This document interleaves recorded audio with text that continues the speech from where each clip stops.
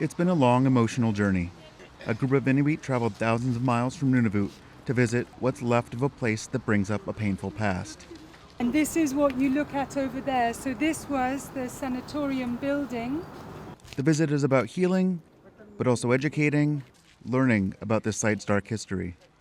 The Mountain Sanatorium in Hamilton, Ontario, the largest TB hospital in the Commonwealth. 1,200 Inuit were sent here in the 1950s and 60s. Survivors describe being strapped to beds for long periods of time. Families often weren't told where their loved ones had been sent, and many never came home. It was part of a Canada-wide colonial policy. Prime Minister Justin Trudeau apologized for the policy in 2019. Now Lo Shawituk made the journey with his grandson. I was here when I was 10 years old. That was 65 years ago. I didn't expect to be in tears when I get here. After this morning, and I feel a lot better. Feel released. Ina Kulawalak of Pugna to Nunavut was 2 years old when she was sent to the sanatorium. When we got here, it was, I could feel something heavy inside of me, and I cried. I was really crying, even though I don't remember anything. It was over 2 years before she was back with her family. I couldn't speak my mother tongue. I didn't speak in Inuit.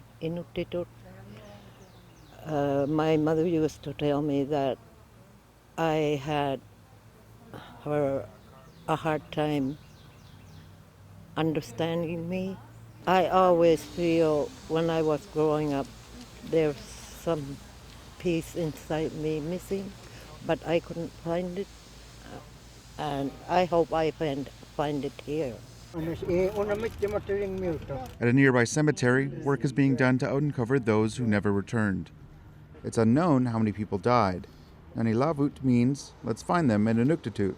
It's also the name of a federally funded initiative that supports families seeking closure.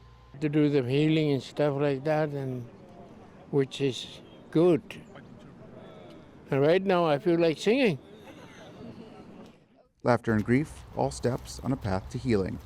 Dustin Pitar, CBC News, Hamilton, Ontario. And joining us now is Salome Ava from CBC Iqaluit. She has been covering the story in Hamilton. Hello, Salome. Kanwipi. Kanuingituga wanita aksara iligni upikusiktuga national ko kaktiu kay nakapinasako sa kayatin. Matna, glad you're with us today. A tough story that we just watched, and you are there to help cover it. And we know that it is a big deal for these Inuit elders to travel this far south. And we saw a range of emotions in Dustin's piece. What is your sense of how this has affected the elders this week? It's been a very emotional time for these elders.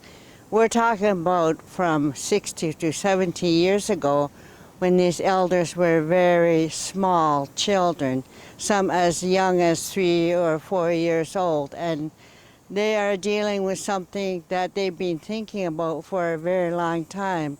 So there was many emotions with the elders when I spoke to them.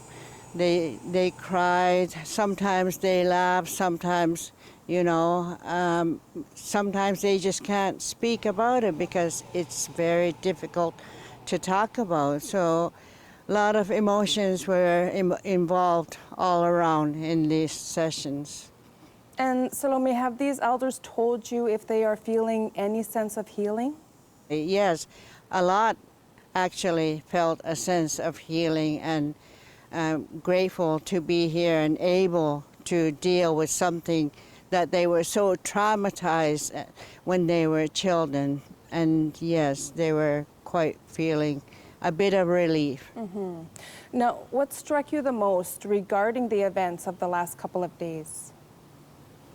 There were many things that were quite startling at times. For example, one said that he was tied to the bed for months on end while he was a TB patient as a little child, and they were not allowed to get off the bed. So horrific stories, horrific events, but there were some happy moments too, where this man had a friend, a roommate that was actually from here, a child friend, became a friend and was able to go for the weekend trips with that family. So there were some different variations of thoughts and feelings. Salome Matnachamak, thank you so much for joining us today.